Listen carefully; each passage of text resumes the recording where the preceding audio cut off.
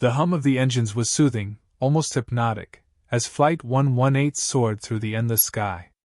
Passengers settled into their seats, some engrossed in books, others dozing off, lulled by the rhythmic vibrations of the plane. It was just another routine flight, or so they thought. An hour into the journey, the first sign of trouble appeared. A flicker of turbulence shook the cabin, enough to jolt awake the drowsy and spill a few cups of coffee. Nervous laughter rippled through the passengers. Just turbulence, right? It's nothing. The captain's voice crackled over the intercom, calm and reassuring. Ladies and gentlemen, we've encountered some unexpected weather ahead. Please remain seated with your seatbelts fastened. Nothing to worry about. But the words felt hollow. The turbulence grew stronger, tossing the plane as if it were a toy. Overhead compartments rattled, a few popping open. Oxygen masks dangled momentarily before snapping back into place. Gasps filled the cabin, and the soothing hum of the engines no longer felt comforting. It felt ominous. Then came the sound no one wanted to hear, a deep, guttural groan from the belly of the plane, followed by a metallic shriek. Lights flickered, and the plane dipped sharply. Screams erupted, panic spreading like wildfire. The flight attendants struggled to keep their balance, their calm expressions cracking under the weight of fear. The captain's voice returned, strained but still trying to maintain control. This is your captain speaking. We are experiencing a technical issue. Please stay calm and follow the crew's instructions. We will. The intercom cut out mid-sentence. Outside the windows, the once clear sky had turned into an eerie, swirling mass of black clouds. Lightning flashed, illuminating the horrified faces inside. The plane shuddered violently, dropping again, as though the air itself had vanished. In the chaos, a strange sensation washed over the passengers. It wasn't just fear, it was something deeper, an instinctive sense that this wasn't normal. A businessman gripping his armrest glanced out the window and froze. "What is that?" he muttered, pointing. Others followed his gaze, and a collective gasp swept through the cabin. Below the plane, the ground was gone. Not just obscured by clouds or darkness, it was gone.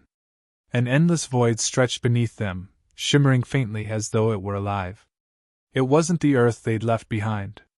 It wasn't anything recognizable. The flight attendants, too, were starting to panic. One of them, a young woman named Claire, hurried to the cockpit. She pounded on the door. "Captain? First officer? What's going on?" No response. The door remained locked. She turned to her colleague, Mark, who was struggling to calm a mother clutching her crying child. "Something's wrong up there," Claire whispered. Mark nodded grimly. "Something's wrong everywhere." As the plane continued its turbulent journey through the void, strange phenomena began to unfold. The in-flight screens flickered on and off, displaying static, then images that didn't make sense. A field of flowers. A clock spinning backward. A face, blank and featureless, staring directly at the passengers before vanishing. Time felt strange. Minutes dragged on like hours, and yet the watch on Claire's wrist ticked forward at double speed. The businessman's laptop rebooted itself, showing a flight tracker map. But instead of the usual trajectory, the plane's icon spiraled aimlessly, surrounded by question marks. "Are we even on Earth anymore?" someone whispered, and no one had an answer. Then, a voice came over the intercom.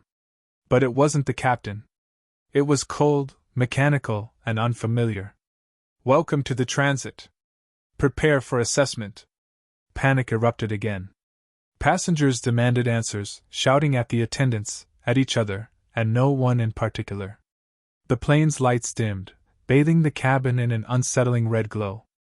A low hum began to vibrate through the air, resonating in their chests. Some passengers clutched their heads, grimacing in pain, while others stared blankly ahead, as though entranced. Claire gripped the intercom, trying to speak, but the system was dead. Her eyes darted to Mark. "We need to get into the cockpit." Together, they forced the door open, but what they found inside made their blood run cold. The cockpit was empty. The controls were moving on their own, knobs twisting, levers shifting, guided by invisible hands. The captain's seat was vacant, yet the seatbelt was fastened, as if he'd been there moments ago.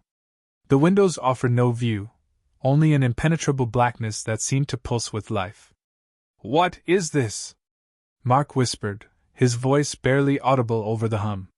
Before Claire could respond, the plane lurched again, and a deafening roar filled the cabin. Passengers screamed as the void outside began to shift, shapes forming within it. Shadows of impossible creatures loomed, their outlines flickering like static on an old TV. The voice returned, louder this time, and more menacing. "Assessment complete. Initiating reroute." The plane tilted sharply, sending passengers and belongings tumbling. Claire and Mark clung to the cockpit doorframe as the controls went wild. And then, just as suddenly as it had started, everything stopped.